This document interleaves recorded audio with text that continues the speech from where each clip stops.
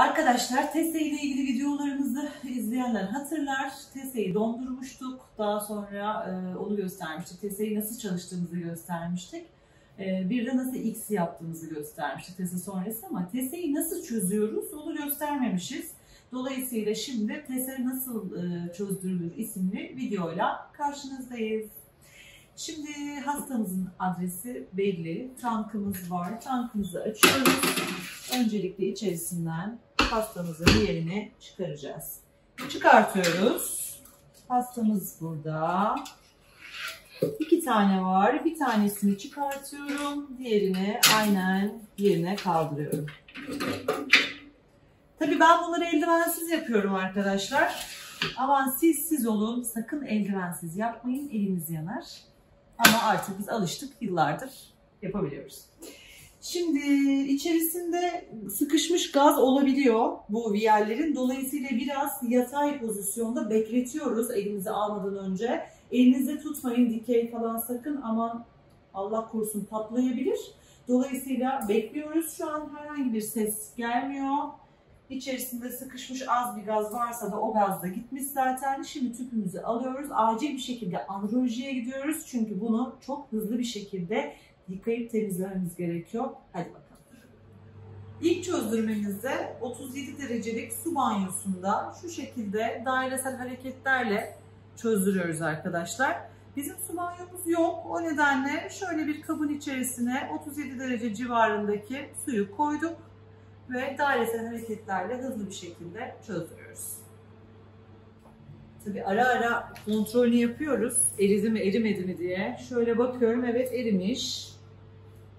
Hemen etrafındaki suyu temizliyorum. Çünkü suyun her türlü sperm hücrelerine negatif etkisi var.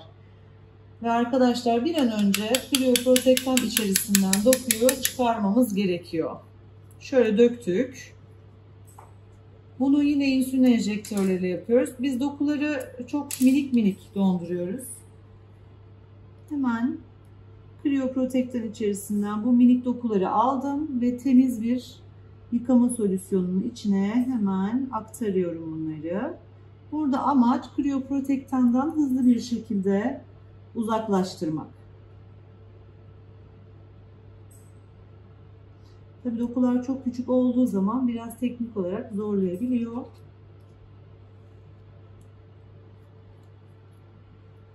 Evet, şimdi bunu doku olarak dondurmuştuk. Aynı TESE çalışır gibi yeniden parçalıyoruz. İçerisindeki spermler bu sperm yıkama solüsyonun içine çıksın diye dokuyu şu şekilde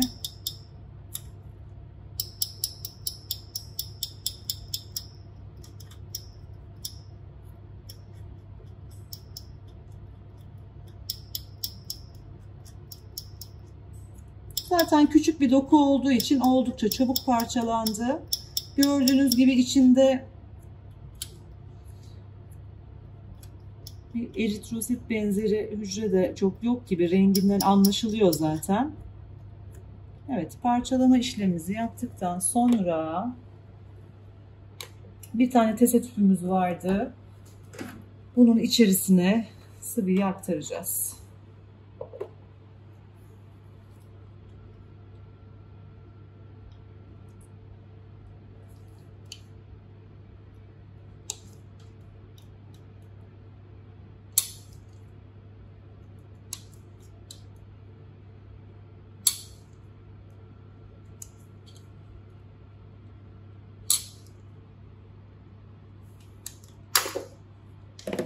Evet, parçalanmış TESE dokularımız bu tüpün içinde. Spermlerin de içine salındığını varsayıyoruz. Birazdan bunu gradient yöntemiyle yıkayacağız. Evet, çok sevdiğim aparatım yine elimde. Ben cam pastör pipetle TESE çalışıyorum. Gradient solüsyonu kullanıyorum. %50'lik bir gradient solüsyonu bu. Ben tekli gradient uyguluyorum TESE'lerde. Normalde 50'lik 90'lıkta yapılabilir.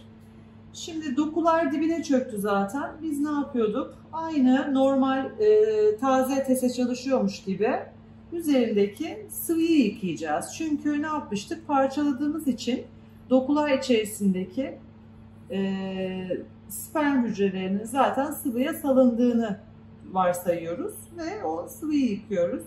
Sıvı şeklinde yıkadığımız için de çok yavaş bir şekilde gradient solüsyonun üstüne dökmek gerekiyor. Biraz daha yatay bir şekilde, şeyi bozmamak adına, gradient'e çok karışmaması için yavaş yavaş şöyle yaklaşık 45 derecelik bir açıyla yavaşça koyuyoruz. Tabii çözdürme olduğu için sıvının rengi biraz daha şeffaf. Ben buradan görebiliyorum. Şurada net sınır görünüyor aslında.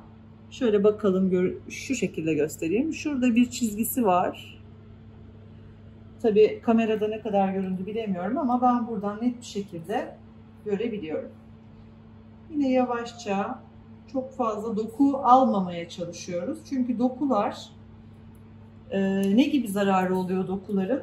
Eğer dokuları alır buraya koyarsak bu dokular sentrifüj etkisiyle buradaki çizgide birikiyorlar ve spermlerin aşağı inmesini bloke edebiliyorlar. O yüzden teknik olarak dokuları almadığımız takdirde çok daha iyi sonuçlarla karşılaşıyoruz. Yine yavaşça koydum.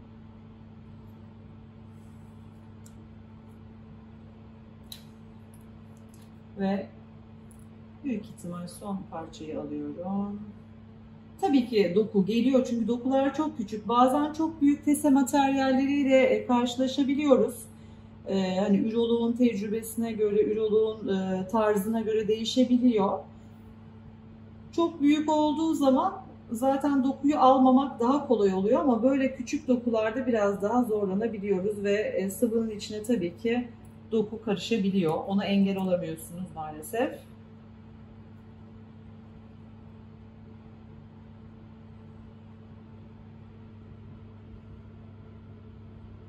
Evet. Son parçayı da koyduk. Çok küçük olmakla birlikte dokular var ama şuradaki çizgiyi görebiliyorum. Spermlerin tüpün dibine inmesini sağlayacağız. Bunu nasıl sağlayacağız? Sentrifüje koyacağız. 1800'de 20 dakika kadar ilk çevirmeyi yapacağız. Arkasından peleti alıp peletin içerisine yıkama solüsyonu koyacağız ve 5 dakika daha çevireceğiz. Ondan sonra da ne yapıyorduk? Petriyeleyin üzerini yağlayıp kontrolü sağlıyorduk. Evet arkadaşlar, sentrifüjden çıkardık.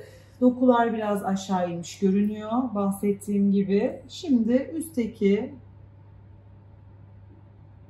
kısmı alıyorum. Çünkü spermlerimizin sentrifüj sonrası pelete indiğini varsayıyoruz. Bu gradientin zaten mantığı bu.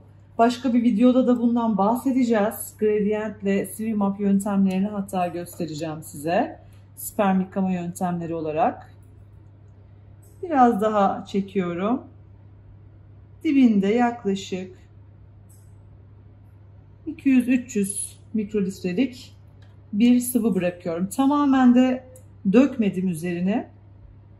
Dibe yapışmamış olanlar olabilir. Tesede sperm sayısı az olduğu için çok kıymetli. O nedenle de hepsini dökmüyorum. 200-300 mikrolitre bırakıyorum. Bir de şimdi sperm yıkama solüsyonumuz var. Bununla da ikinci bir yıkama yapacağız demiştik. Bunun için de şu steril plastik pipetleri kullanıyorum. Yaklaşık 2 mililitre kadar yıkama solüsyonunu içine koyuyorum. Birazcık yavaş hareketlerle karıştırıyorum. Ve tekrar sentrifüje atıp 1800 RPM'de 5 dakika çevireceğiz. Evet, peletimiz hazır. İkinci yıkama sonrası sentrifüjün içinden çıkardık bakın. Yaklaşık 100 mikrolitre kadar falan bir solüsyon var. Şimdi bunu tabağa dökeceğiz. Biraz şöyle dibine yapışmış olan varsa onları da kurtarmak adına bu şekilde çalkalıyorum. Ben böyle dikdörtgen bir petri kullanıyorum tese hastalarında. Biraz daha geniş bu. Bunu yapmamın nedeni de şimdi bu spermi yaydım ve bunu PVP'ye toplayacağım X'i öncesi. Daha önceki videolarımdan hatırlarsınız belki. Daha kolay olması adına petriden petriye geçişi engellemek adına tek bir petride yapmak istiyorum bu işlemi. Dolayısıyla da spermin yanına bir PVP yaymak istiyorum ki spermleri rahatça toplayabileyim. Aynı petri içerisinde. Tabii ki daha sonra ne yapıyoruz? Üzerini yağlıyoruz. Ups. Arada oluyor böyle şeyler.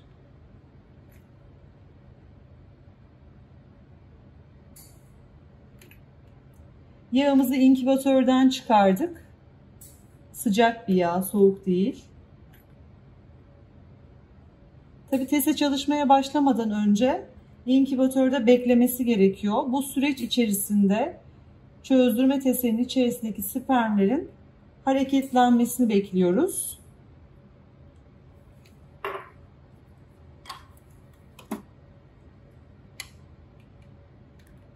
Evet. Petrimiz hazır. Şimdi inkübatöre kaldıracağız. Tabii inkübatörde beklemesini istiyoruz. 37 derece sıcaklıkta X'ye kadar. Hareketlenen spermlerle işlem yapacağız. Bunun nedeni hareketlenen spermlerin canlı olduğunu biliyor olmamız. Şimdi tabii ki çözdürme teselerde vitalite düşmüş oluyor, motilite de düşmüş oluyor. Neredeyse %50'lik bir kayıp olabiliyor. Ama biz X yaptığımız için X yapmak kârlı oluyor bu gibi durumlarda. Ve hareketli sperm bulmak istiyoruz ama yine de canlılığından emin olduğumuz spermlerle işlem yapmak istiyoruz. Arkadaşlar çözdürdüğümüz dokuda bulduğumuz spermleri gösteriyorum şimdi size ekranda. Bu hastanın sperm morfolojisi çok iyi değildi. Sayısı da çok düşüktü. Dolayısıyla ikinci dokuyu da çözmek zorunda kaldık. Ve bulduğumuz spermler şu anda ekranda. Gördüğünüz gibi morfolojileri oldukça bozuk. Ama elimizde ne varsa, hangi hücreler varsa şu an onları kullanmak durumundayız. 10 tane yumurtamız vardı. Yaklaşık 15'e yakın sperm topladım. Şimdi birazdan bunlarla aynı TESE X kombosu videomda çektiğim gibi X yapmaya başlayacağım. Hadi başlayalım.